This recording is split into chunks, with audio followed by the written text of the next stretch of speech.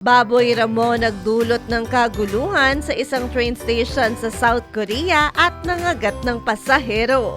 Isang ligaw na baboy ramo ang nakarating sa train station ng Hopo sa Yangsan, South Gyeongsang Province, South Korea, kung saan ay nangagat ito ng isang pasahero.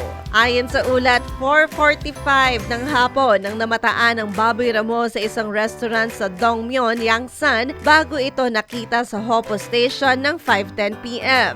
Ang baboy ramo ay may tansyang bigat na 100 kilos at bigla itong nagwala sa train station kung saan kinagat ang kanang braso ng isang lalaking pasahero. Maliban pa rito, nakasira rin ang baboy ramo ng glass door sa customer service center ng naturang train station. Pagdating ng mga pulis ay nagpatupad sila ng lockdown sa train station kung saan napilitan silang barilin ang baboy ramo dahil hindi ito tumitigil sa pagwawala. Samantala, naidala naman agad sa ospital ang lalaking nakagat ng baboy ramo at nagsagawa rin sila ng investigasyon tungkol sa insidente. Hi! Ito po si DJ Claire ng radyo natin nationwide.